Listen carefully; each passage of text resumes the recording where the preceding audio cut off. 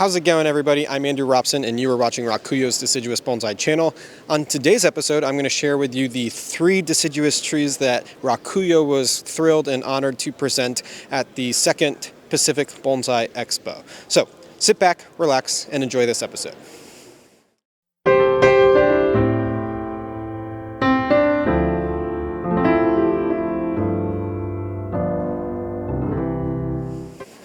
All right, so I'm here with my first display. This is a Coralopsis, or a winter hazel.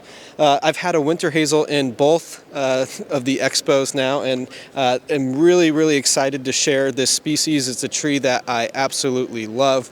It has pretty large leaves, and that doesn't matter because you can ramify anything for bonsai. You can make beautiful lines on just about any plant, and you can make ramification on just about any broadleaf plant that there is. So don't let that stop you from working with a lot of the beautiful species that deciduous bonsai has to offer. Coralopsis has these beautiful yellow flowers that they get in the spring. Here in the fall, we get to see the nice plump buds, and we get to wait in anticipation all winter for those flowers to come out. But the reason that I chose this pot color, and this pot was made by my friend Naoto Kotake, who is a brilliant potter. He's here at the expo selling pots, and he sold quite a few of them as well. But this beautiful purple is a complementary color for yellow. So when these beautiful big plump flower buds open up and you get these gorgeous yellow flowers kind of hanging off the branches like a chandelier, the yellow with the purple is a really striking color contrast. And so it's a tree that I love. I have a really strong connection to Coralopsis. We won a prize with Coralopsis during the first expo, and so it's a species I love. I think more people should be growing it because it works great for bonsai, even though it has a pretty big leaf. I'm displaying it here with a Suiseki that we actually had on display at Kokofu a couple of years ago. And it's technically classified as a coastal stone. However, when I look at this stone, I see a really strong kind of water connection. And so Coralopsis is actually, in Japanese, it's Tosa Mizuki. And Mizu is water and Ki is tree, so water tree. And so these are often found growing near streams, growing near rivers and creeks. And so having a stone that's kind of worn by water in its imagery, and having a tree that grows in that location, I thought was a really fun kind of interplay. So this is a winter hazel. It's the first tree that we have here on display at the expo. Let's take a look at the next tree that we have on display. So the next tree that I have on display here at the expo is a Shishigashira. Shishigashira is a wonderful variety of Japanese maple. It's actually been around for several hundred years. And Shishigashira has a really peculiar growth habit. It's something that you can recognize when you're looking at these in silhouette. It has a very different feeling than your traditional greenleaf Japanese maple. And they're really hard to get dense. And so this is one of the densest ones that I have seen, and we're really proud to show it here at the expo. But it's a really wonderful plant to work with. You get really gorgeous crinkled leaves in the summer. They turn a really vibrant orange and red in the fall. And in the winter, you get to see this wonderful branch structure.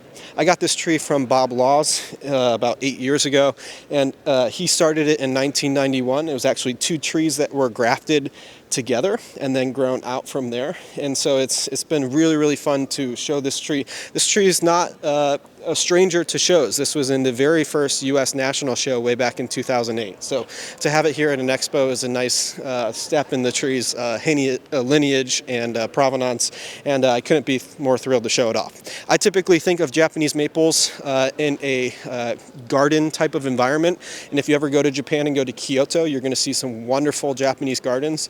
And when I see a pagoda like this, I think of those Japanese gardens in that setting. So this is actually a pagoda that was purchased from Saburo Kato, late bonsai artist in Japan.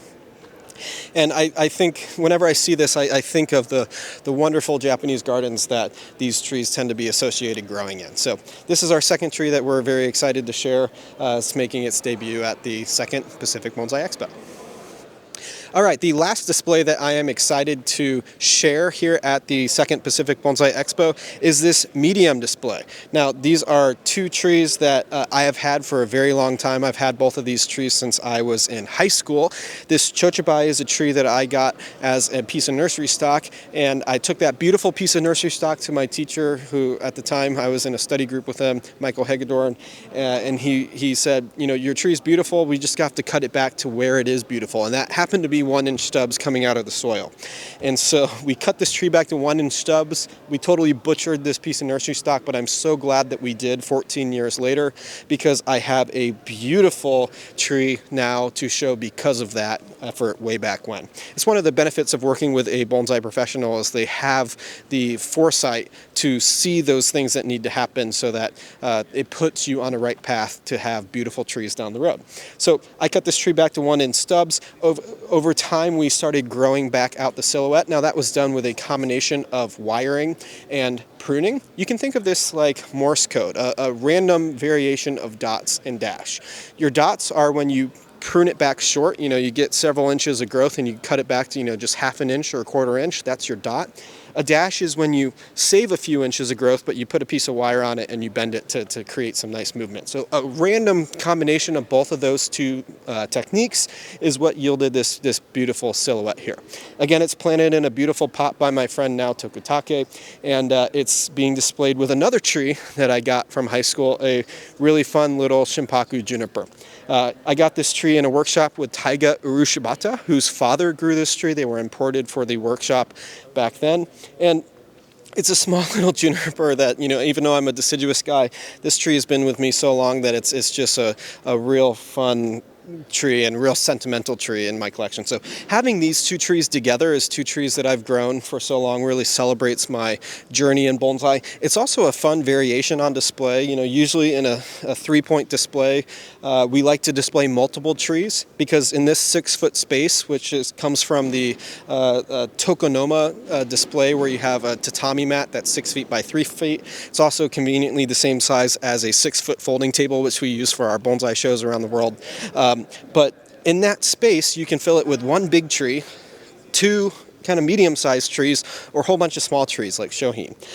And in a 3-point display like this, where we have two trees and an accent, we usually see the main tree elevated up high and the secondary tree lowered beneath it. But I think, you know, for 9 out of 10 times you will see the main tree up high, the small tree down low. But I think it's a really, really fun variation when you can put that main tree down low and lift that second tree up high enough so that it floats over it.